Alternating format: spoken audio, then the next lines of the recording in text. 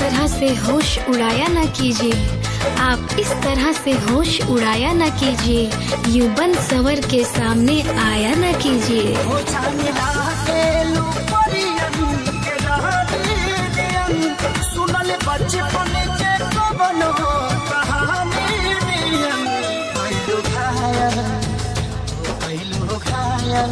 नजरिया झुका के सनम और मुस्की से दिल के